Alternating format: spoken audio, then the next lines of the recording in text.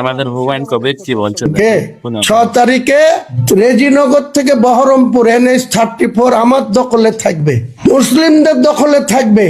যেদিন আপনার কলার ধরে নেব সেদিন আপনাকে কলার ছাড়িয়ে যাওয়ার লোক থাকবে না।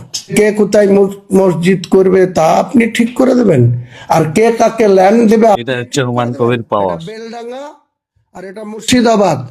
হুমায়ুন কবিরের সঙ্গে পাঙ্গা নিতে যাবেন না। আপনার মতন SDPO আমি থোড়াই কেয়ার করি না। আপনারা হাতির পাঁচ পা দেখেছেন?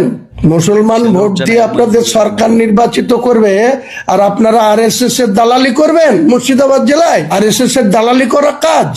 লালগুলায় দাদাগিরি করে 10টা জীবন শেষ করে দিয়েছে। স্যালুট, আপনি যে কথাগুলো বললেন সেটা খুব ভালো লাগলো। স্যালুট জানাই। প্রস্তুত আছি আমি, দেখবো আমাকে কে আটকায় 6 তারিখে। আমার জীবনের বিনিময়ে হলেও এটা করে দেখাবো এবং দেখতে চাই।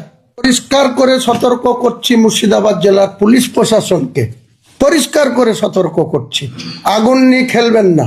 আর SDPO উত্তর ভাই মসজিদ করতে চাইছে, বাবরি মসজিদে এত বাধা কিসের আপনাকে? উনি করছে পাবলিকের টাকায় না, ওনার টাকায় করছে, তা আপনাদের এত বাধা। 2008 সালে তার নাম doctor Bharatlal Meena, additional SP